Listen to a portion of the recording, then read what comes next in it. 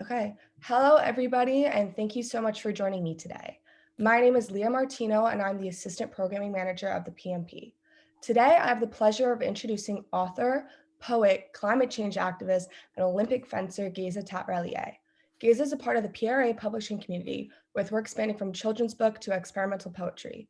He has 14 books published with his latest poetry collection, Sighs and Murmurs, to be released this April 6th. Today, I just have a couple of questions to introduce yourself to our community and your newest works.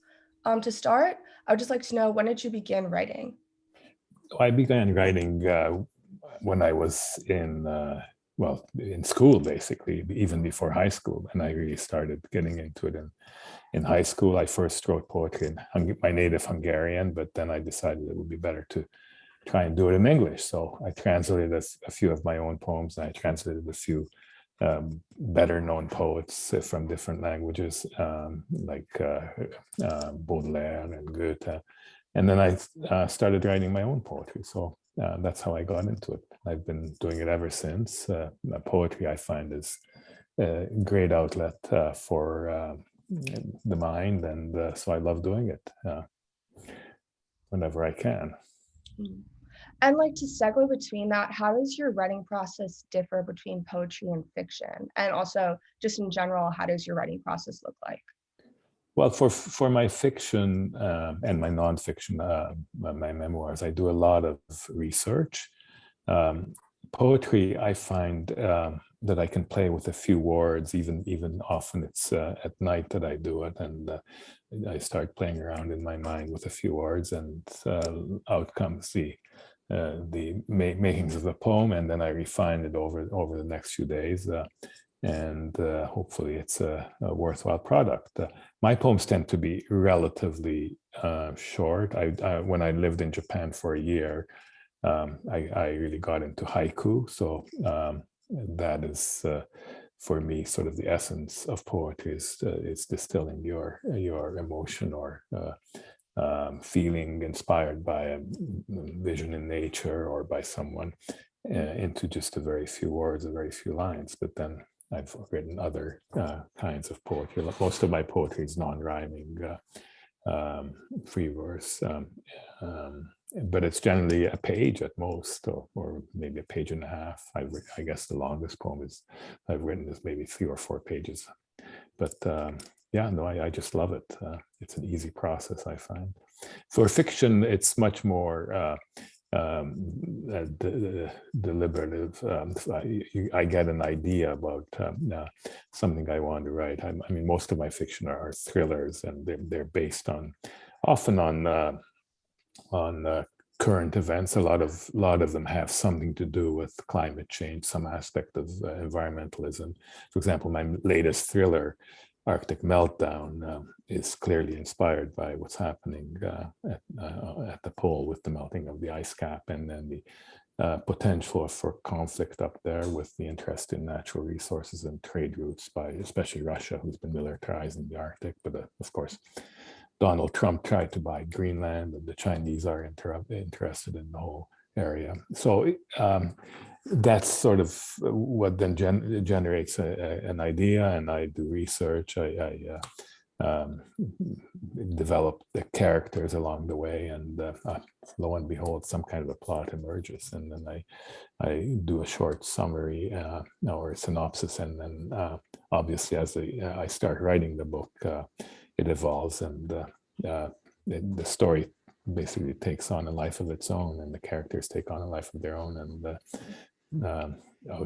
the book emerges.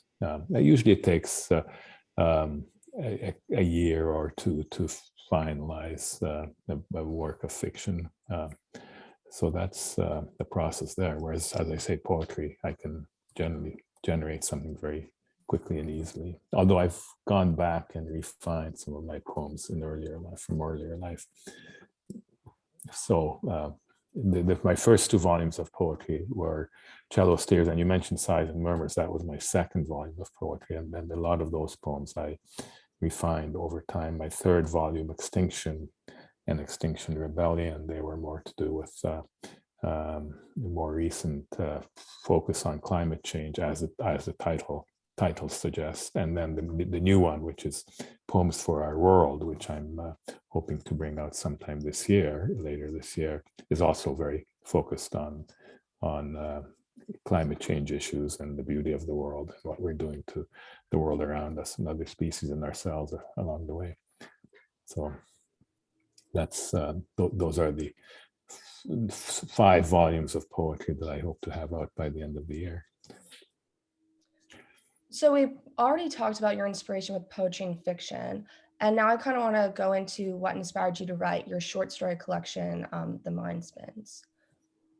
Yeah, actually, several of the stories, especially in the dreaming part, I mean, yes, in the dreaming part, were dreams, based on dreams I had many years ago.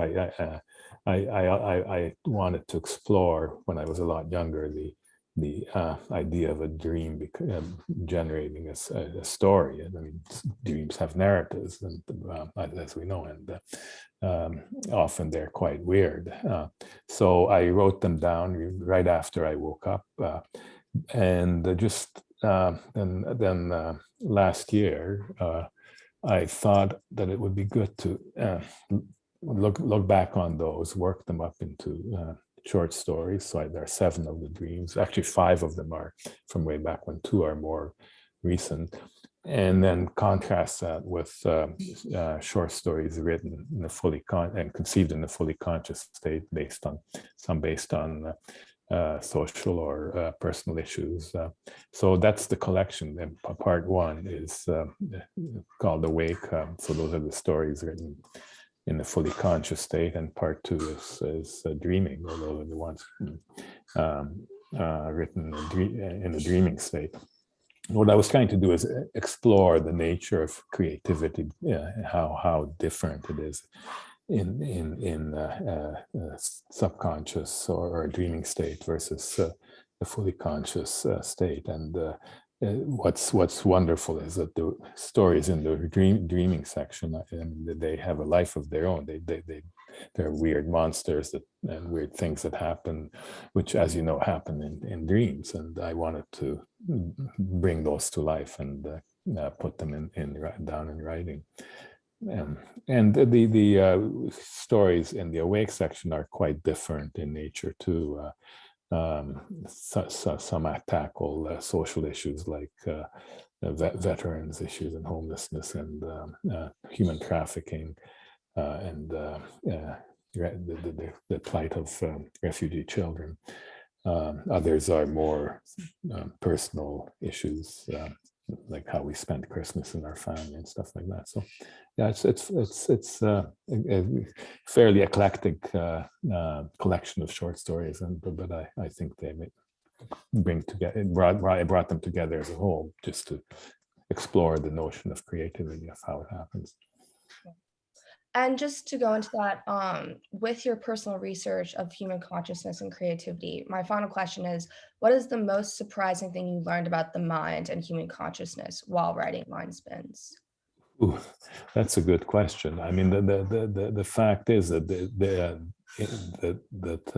the human mind just loves to create stories, basically, and it spins, and that's why I call it the mind spins, because the human mind continues to spin and develop situations into narrative, and then consolidates them into narrative. And in the dreaming state, often what we're trying to do, what the mind tries to do with dreams, is to resolve certain issues that came up during the day or in previous days that you were confronted with, and then bring them to some kind of a resolution.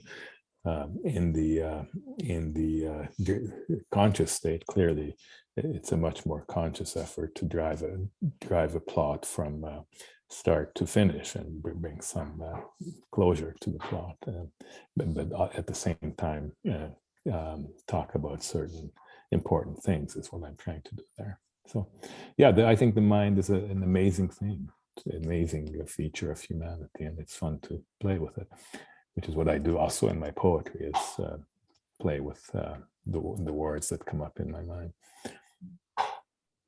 No, I found it really interesting when you said, like, dreams are always trying to create stories. I never really thought about it like that because I feel like all of my dreams are pretty piecemeal, like they never really make any sense. But then when I wake up and I actually remember them, I see that there is some sort of like line between them that kind of Right, connects. right. And often you can't really see it immediately. And often, as I say, the dreams spin off into different directions, totally unrelated to where it was coming from before. But that's the mind trying to resolve certain things along the way. And in some of the stories, if you read them, you'll see there are some weird beings that are created, some non beings that look like nothing in real life, but they are also a fact creation of the mind that helps us resolve the dreams in some way. So it's just an interesting process for me. I can't say I'm an expert at it. I'm not a psychologist or a psychiatrist. My daughter is, but I just found it fascinating to toy with the mind in that way. Yeah. Well, thank you so much for coming to talk to me. And to see more of Geza's work and other amazing authors published by PRA, check out the small virtual fair that supports small publishing companies like PRA. The festival will be running March 19th to 26th, and all links to the festival will be posted on their social medias as well as ours. Thank you, and make sure to follow Geza on his social medias posted below.